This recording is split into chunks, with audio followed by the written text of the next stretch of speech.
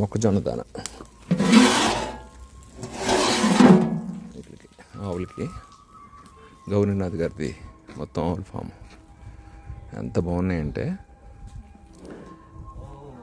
అంటారు దేశం నిలబడాలంటే గోమాతలు ఉండాలి, గోమాతలు బాగుండాలంటే మనం గోమాతలను నిలబెట్టే వాళ్ళకి సపోర్ట్ చేయాలి.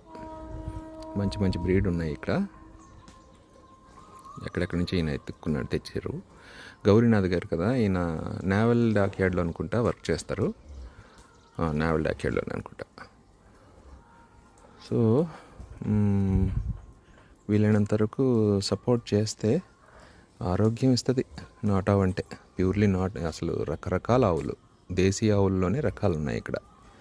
ఒకే దగ్గర ఇన్ని ఆవులు చూడవచ్చు. అక్కడ 3 చెడిపోయినాయి, కొద్దిగా ఇబ్బంది పడుతుంది. అంటే దాన్ని ఇంకా పికప్ చేస్తున్నాడు ఆయన, ముసలైనట్టున్నాయి, అయినా వదలడీనా. సో ఇక్కడి నుంచి మనం జీవామృతం తయారు చేయడం కోసమని గోమూత్రం, అది ఆవు పంచకం, గోమయం అంటే పేడ తీసుకెళ్తాం ఇక్కడి నుంచి.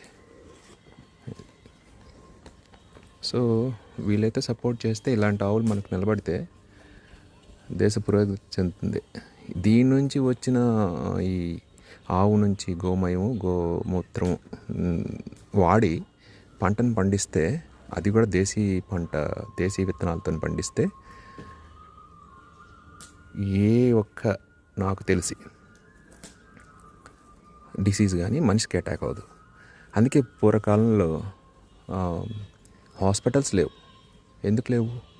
ఇదే జీవన విధానం.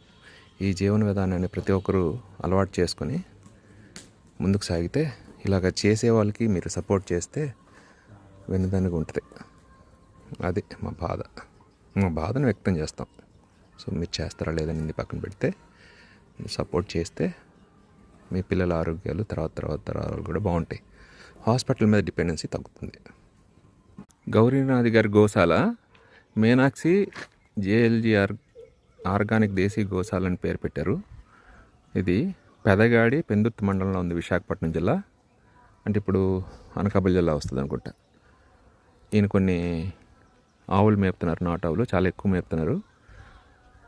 చాలా ఇష్టంగా కష్టంగా మేపుతున్నారండి. ఇలాంటి వాటికి మనం కొంచెం సపోర్ట్గా చేయగలిగితే హ్యాపీయే. ఎందుకంటే రైతు నిలబడాలి, ఆవులు నిలబడాలి. ఆవులు నిలబడితేనే మనకి ముందు దాని మీద ప్రాముఖ్యత ఇంకా పెరిగి ఆరోగ్యాలు బాగుపడతాయి.